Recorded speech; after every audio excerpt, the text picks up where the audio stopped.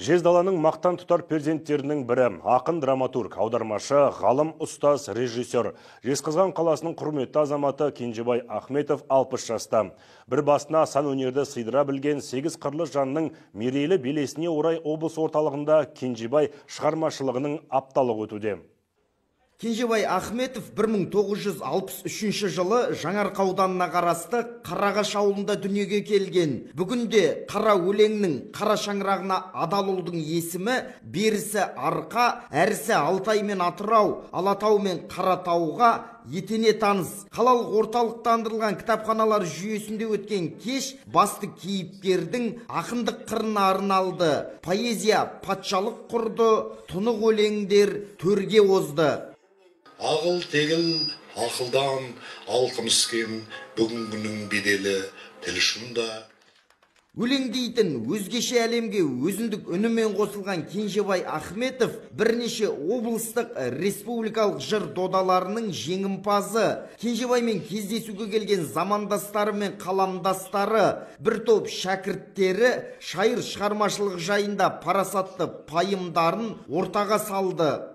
Соңынан ерген шәкірт ретінде айтарым, бұл кісі тек қана сол жазумен айналысып қана қоймайды, бұл кісінің қолынан келетін қолөнер шеберлігі де бар, өзіне тән азаматтық, адамдық ұстанымы бар, жанында жүріп үйренгеніміз көп, жалпы үйренеріміз әлі де көп деп білем.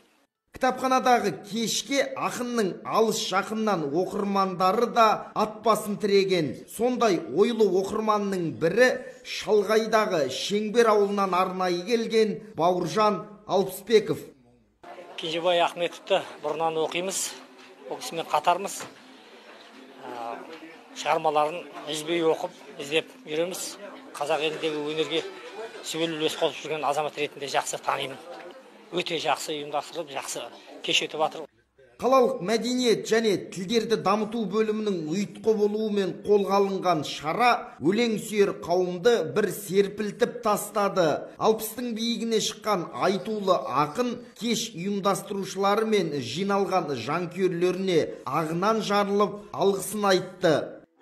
Қалалық әкімшілік бар, облыстық әкімшілігі бар, қалалық мәдениет басқармасы бар, солардың кішкене демеуімен, қолдауымен, солар осы шаруаны істесек деген ұсыныстарымен біраз шаруа жоспарланып жүріп жатыр. Кеше өзіміздің әйгілі жерлесіміз, әнші, композитор, керемет талант, Жәкеңе арналған неге солай фильмінің көрсетілімі болды.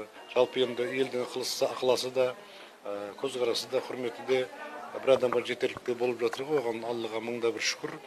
Айта кетейік, өнер мен өлеңнің, ғылым мен ілімнің дамуына қосқан сүбелі үлесіне Кенжебай Ахметов жуырда ғана ерен еңбек үшін медалімен марапатталған. Күзгі өлеңнен сыр іздеген қыз жігіттер мұндай кештер жиірек болса деп тарқасты. Мұқағали Сейітқазы, Сергей Майкович, Ұлытау телеарнасы.